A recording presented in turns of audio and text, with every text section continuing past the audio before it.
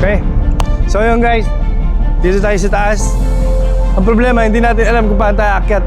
Pero ayan guys, so far yan ang naging output ng design natin sa 12 kilowatts hybrid setup, solar setup. With ano yan, with 16 kilowatt na battery na tuloy. Ayan, ito, yung modification natin para hindi masyadong magastusan sila madam or sila client. Ayun, nag-modify na lang ako ng frame. Pero malupit yan guys, guarantee yan, malupit to. So ayun guys, ito nandito tayo sa rooftop nila. Okay guys, so ayun, nandito tayo sa rooftop kung saan nilalagay yung mga solar panel. Ayan, nako.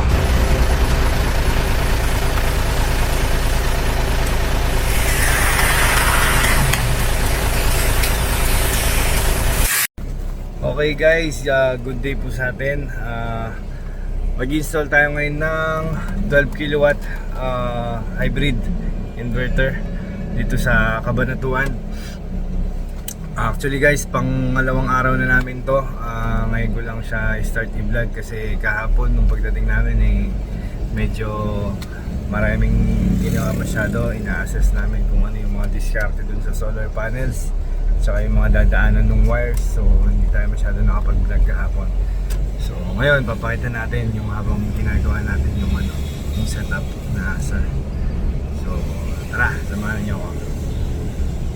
Bali ano to, somewhere to sa bayan mismo ng Cabanatuan. Ayan, ano siya, building siya. Actually ito yung ano nila. Actually ito yung pinaka building nila. Meron silang tenant na bangko sa baba. Then nandun sila sa taas yung unit nila, client. Ayan, pasok tayo. Then kaso dun ko na sa taas ipapakita kapag nakapasok na kami. Okay guys, so ayun, andito tayo sa rooftop kung saan nilalagay yung mga solar panel.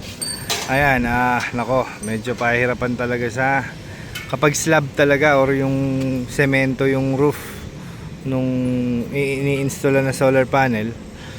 Medyo, ewan ko para sa akin medyo mas mahirap siya kasi kapag nagbubutas kami ng mga yung pagtotornilyuhan ng mga L-foot, ang hirap kasi minsan or most of the time tumatama dun sa bakal nung slab. Kaya lipat na naman, kaya mas matagal siya gawin compare kung sa roofing lang. Ayan, yung mga ganyan lang sa at least dyan hindi na magbubutas, mag-aalis lang nung tornilyo nung then doon na ilalagay yung tornilyo ng mga natin, L-foot or yung mga materials para mag-hold dun sa solar panel. Pero kapag slab, ito talagang matrabaho siya. Then dito sa nakikita nyo, actually hindi pa tapos, mamaya-mayang konti mukhang matatayo na. Meron kaming dito, meron kaming ginawang modification dito. Dahil syempre yung mga solar panel dapat naka-incline ng yan. At least, hindi naman 45 pero at least naka-incline siya. Para dumalo yung tubig, para hindi ma-stuck dun sa dun sa solar panels natin. Kaya hindi pwedeng naka-flat lang yung solar panels. Kaya kailangan medyo naka-incline siya. Kaya ginawan natin parang ginawan natin siya ng mounting. Mamaya makikita nyo kung ano yung itsura niyan para naka-incline siya. Ayan, gumawa tayo ng ito. Actually ito yun para sa isa. Parang nag-modify tayo ng mounting structure niya para ma-incline yung mga solar panel. Actually guys, may mga nabibiling ganito, yung mga aluminum, pero talagang sobrang pricey niya guys. Hindi siya, ewan ko, siguro kung okay lang yung budget sa inyo. I think para sa 20 panels, actually 18 panels lang yung ini-install natin dito.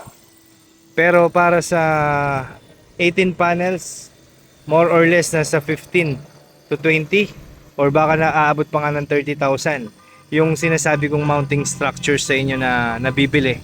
Set yun set na bibili yon.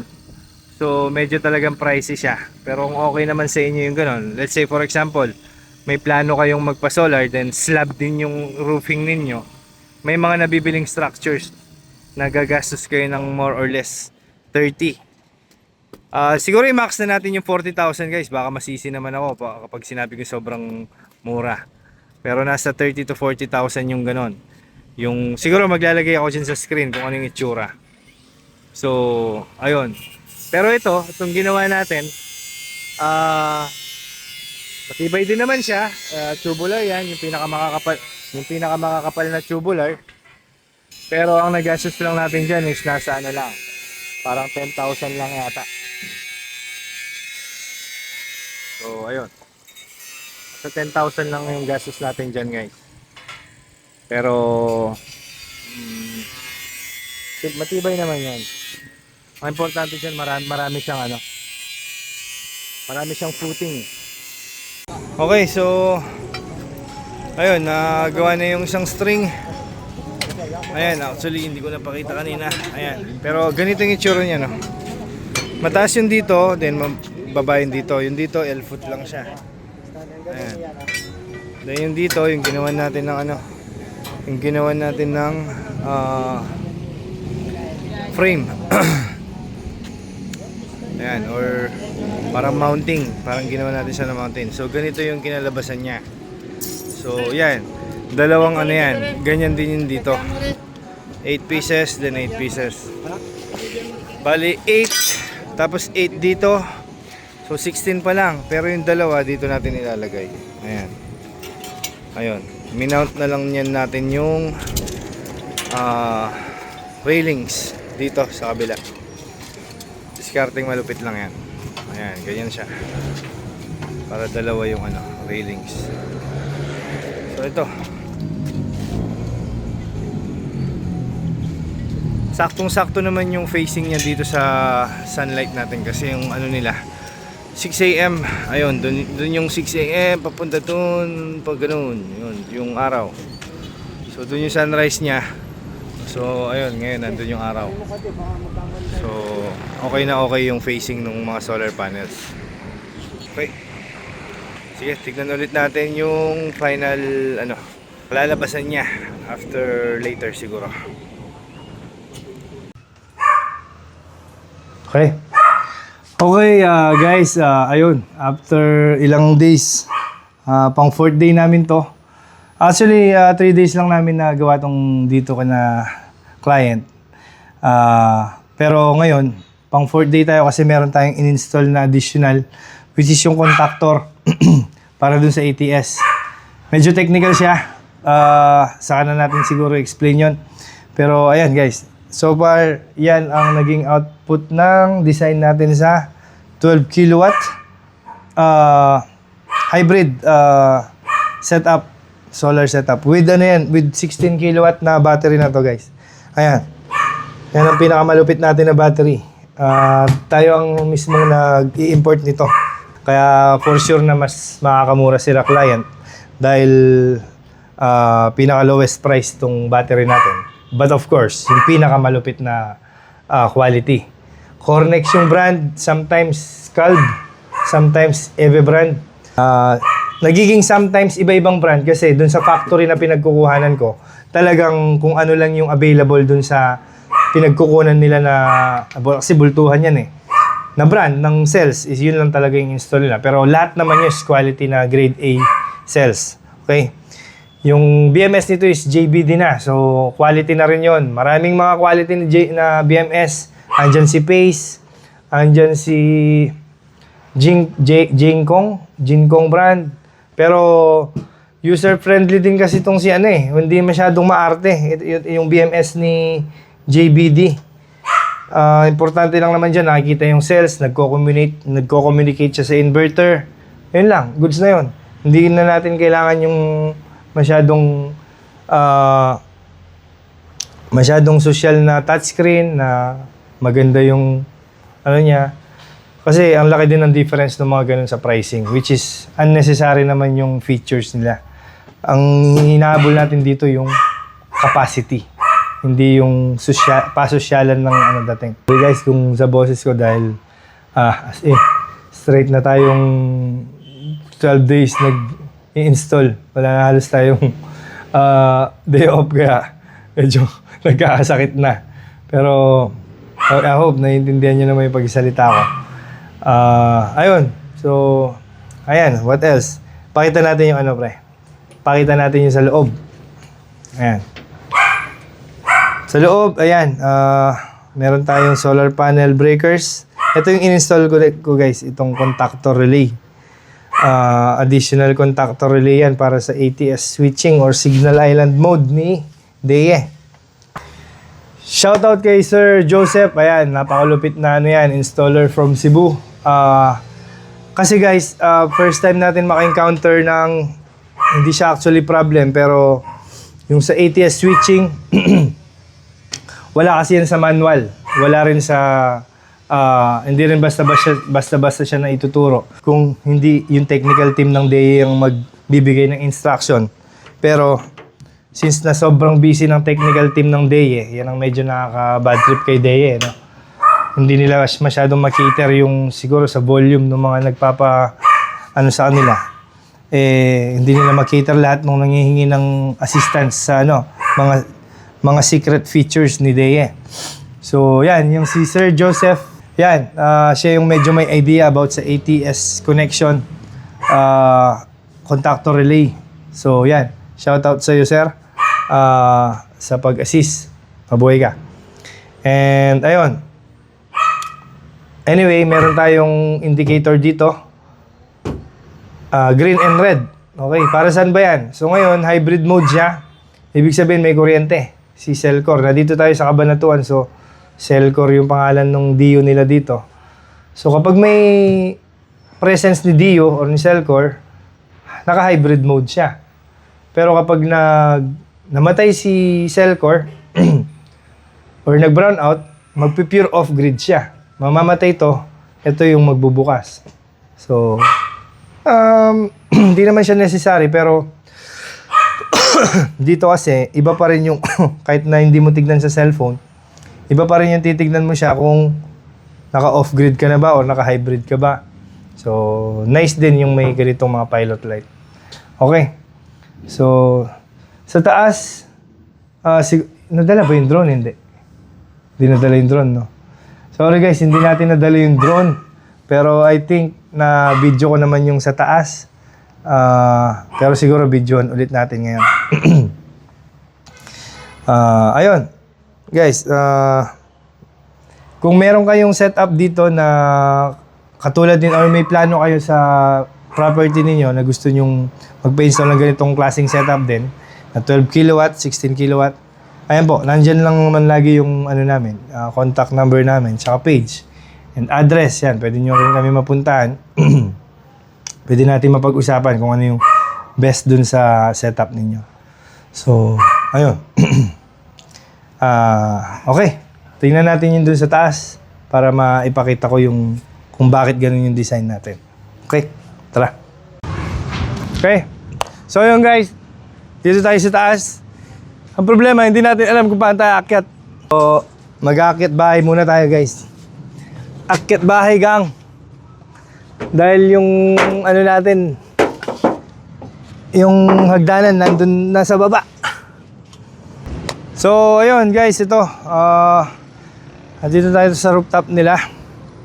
Actually, may clip ako dito, di ba? Alam ko may clip ako nung first or second day namin dito na nung ginagawa siya. So guys, I don't know, but sorry, hindi talaga biro yung mag-vlog sa mga ganito kasi lalo ko wala naman akong videographer, no? So, sana okay lang sa inyo yung pagkaka-edit natin. Pero yun nga, pang 4th day namin to.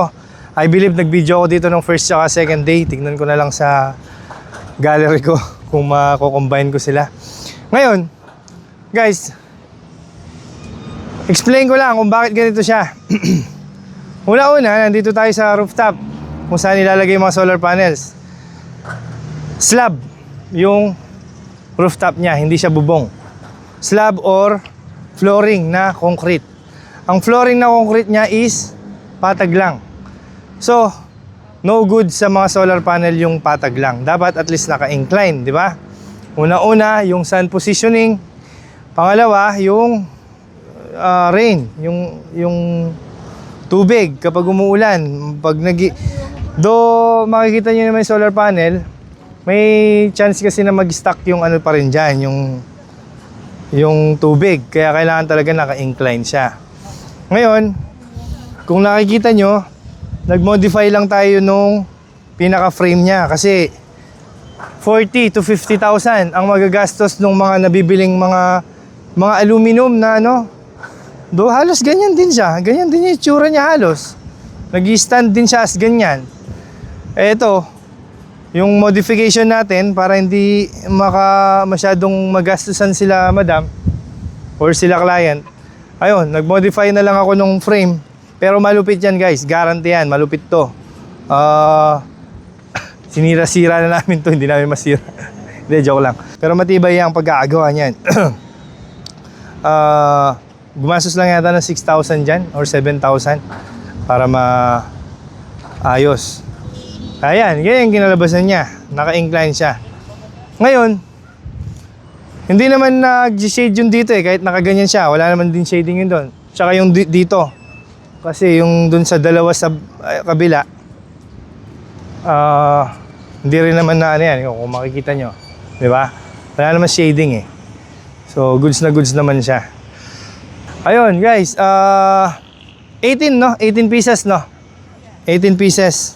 Ayan. O, pakita mo muna yung mga tropa na kasama nating nag-ano dyan.